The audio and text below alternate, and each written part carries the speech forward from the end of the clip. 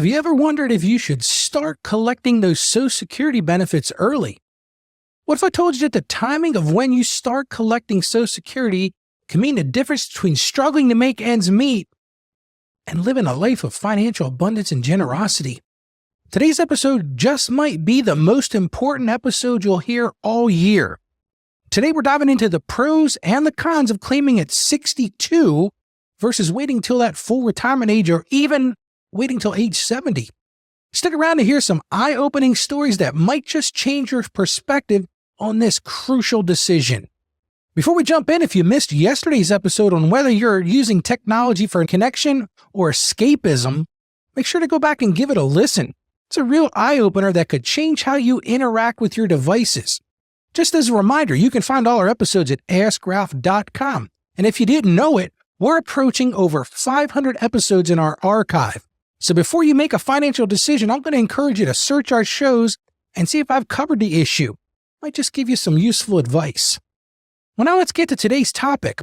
I received a message from Margaret. She comes to us from South Carolina and she writes this: Dear Ralph, I'm approaching my 62nd birthday and I'm seriously considering taking my Social Security benefits early. My husband and I have some debt we'd like to pay off, and that extra income would really help. But I'm really worried about making the wrong decision. What should I consider when making this choice? Are there any potential pitfalls I should be aware of?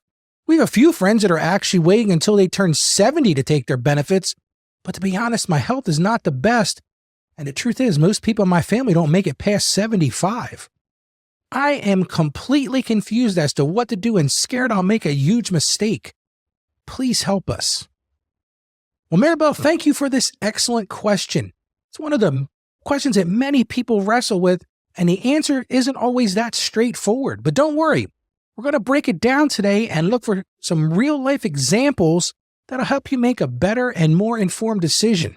Now, before we dive in, I want to remind you that the whole point of the Ask Ralph show is to answer your questions, so keep them coming. Just like you, Maribel, you can send your questions to Ralph@AskRalph.com or visit our website. That's at AskRalph.com and click on the microphone icon at the bottom and you can record your message right there. If you've got a question, I've got an answer. Well, at least I can find you an answer. So reach out right now if you got a situation that I can assist you with, and you might very well be on a future show. Welcome to the show and thank you for tuning in today. I am truly grateful for each and every one of you who takes the time to listen and engage with this content. Your commitment to improving your financial life while growing in your faith is truly inspiring to me. And it's really the reason I do this show every day. This is my passion. So if you're finding value on this show, I want to encourage you to visit our website. As I mentioned, that's at AskRalph.com, and I want you to join our community and share this episode with others who might benefit from this information. And remember this, when you join our community, you'll get a free copy of my book, Mastering Your Finances. This book normally sells for $10 on Amazon, but it's yours absolutely free when you join our email list. So do that today.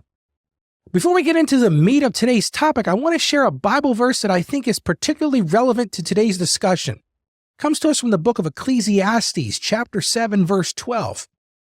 It says, Wisdom is a shelter as money is a shelter. But the advantage of knowledge is this: wisdom preserves those who have it. This verse reminds us that while money is important, wisdom in how we manage and, more importantly, use our resources is even more crucial. It's especially pertinent when we're considering major decisions like when should we claim Social Security benefits? Now let's dive into the heart of today's question. Should you consider collecting Social Security benefits early? What are the pros and the cons of collecting at age 62 or waiting to your full retirement age, or maybe even wait until 70? The truth is, this is probably one of the most common questions I get almost daily in my accounting and consulting practice, and it's a discussion that is not always easy to talk about, but the impact will truly last the remainder of your life.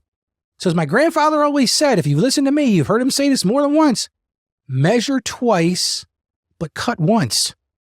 I want to start by sharing a few stories that really drives home the potential pitfalls of claiming benefits early without careful and thoughtful consideration. These stories might surprise you, and it's certainly changed the way I think about this difficult decision. A few years ago, I had a client named Jim. Jim was 62 and eager to start collecting his Social Security benefits. He had worked since he was 16 years old out in the cold as a brick mason, and he was ready to hang up that trowel and start living a full retirement in the comfort of his home, not out in the elements. Over the years, he had accumulated some credit card debt he wanted to pay off, and he figured the extra income from his Social Security would give him more financial breathing room. We met and discussed his options, and I laid out plans for his decision about collecting early, waiting till full retirement age, or even waiting till he was 70. In the end, the decision was his, but I felt like I had made a compelling argument based on his individual situation that he wait until at least full retirement age to start collecting his benefits. I learned later when I was preparing his annual tax return that despite my caution about potential drawbacks, Jim decided to go ahead and claim his benefits early. Again, this was his decision. I can make recommendations, but we're all adults, and we all have to determine what's best for us. When we met at tax time, Jim shared that at first things seemed to be going well. Jim was able to pay down his debt, and he felt like he had made the right decision. But about a year later, Jim's situation took an unexpected turn. The cost of living had increased more than he anticipated, and his reduced Social Security benefits wasn't quite covering his expenses. Jim realized he needed to return to work to make ends meet. Unfortunately, he had drained his emergency savings and had even taken a couple of distributions from his IRA.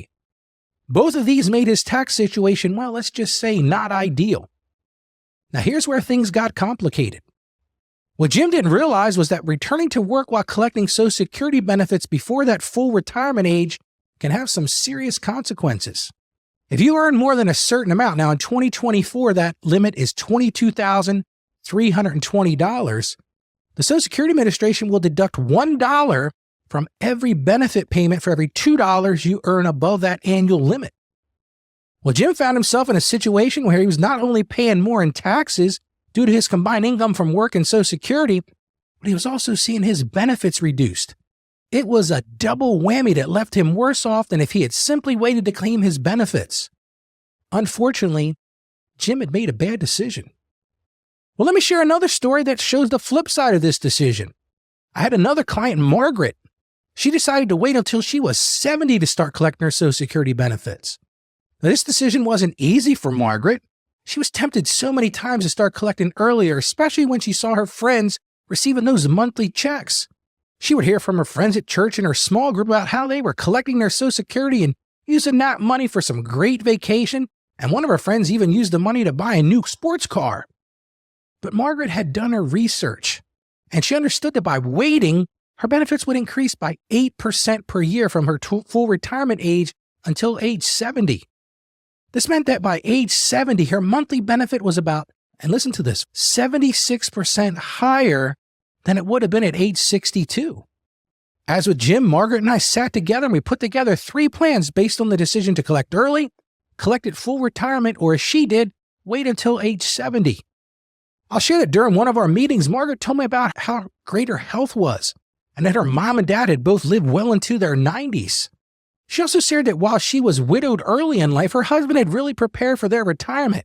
And if she continued to live a somewhat frugal life, which she already actually embraced, she knew she would be able to hold off until getting her benefits until she was 70. She had really thought it out. And as I always say, knowledge is power. Margaret lived to be 98 years old. I can still remember our last phone call when she simply said, "Ralph, I want to thank you for helping me live a full and fruitful retirement." Well, I appreciated her comment, but it wasn't about me. It was about all her well-thought-out decision-making and, in my view, her strong faith in the Lord.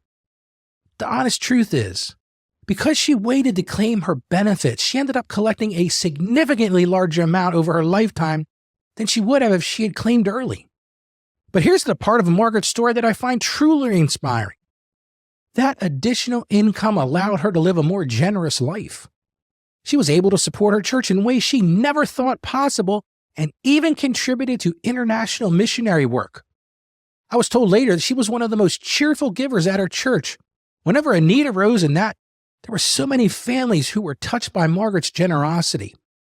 I even heard that at her funeral there was not an empty seat in the house. Now remember, she lived to be 98, so it wasn't like all her friends were in attendance.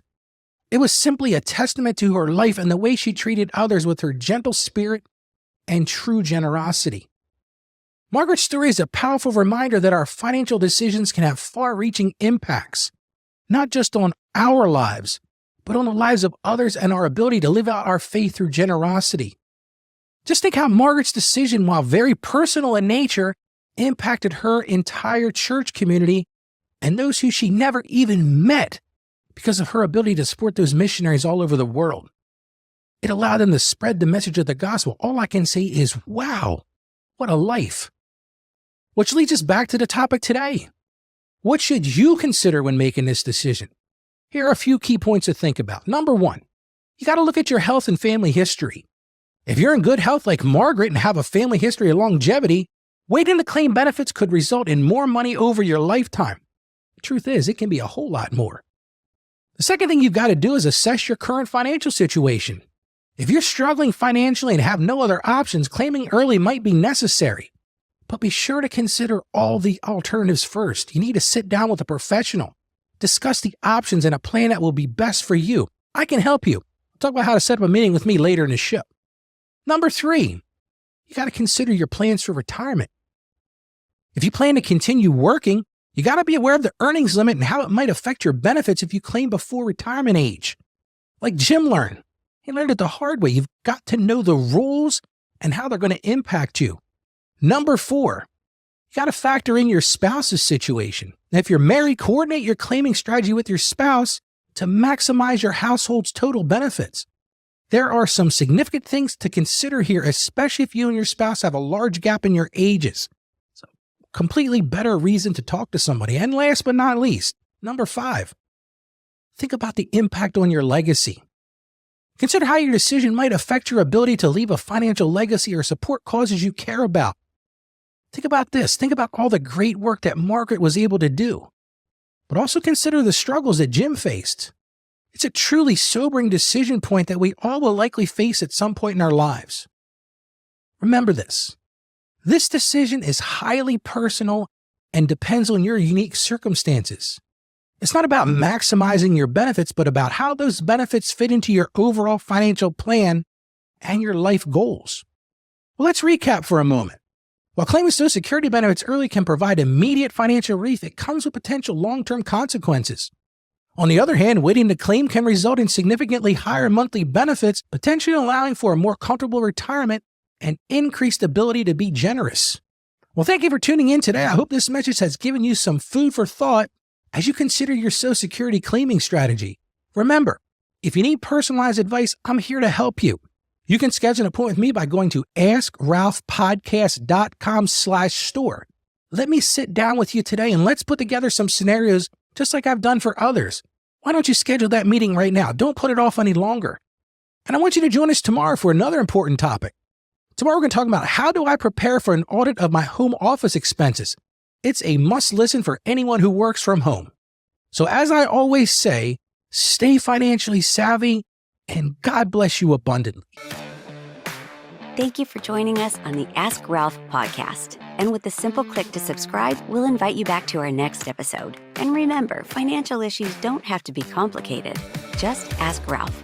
The information contained in this episode of Ask Ralph is based on data available as of the date of its release. Saggio Accounting Plus and Ask Ralph Media, Inc. is under no obligation to update this content if changes occur. Applying this information to your specific situation requires careful consideration of all facts and circumstances, and any information provided is not to be considered as financial, tax, or legal advice. Please consult your tax advisor or attorney before acting on any material covered.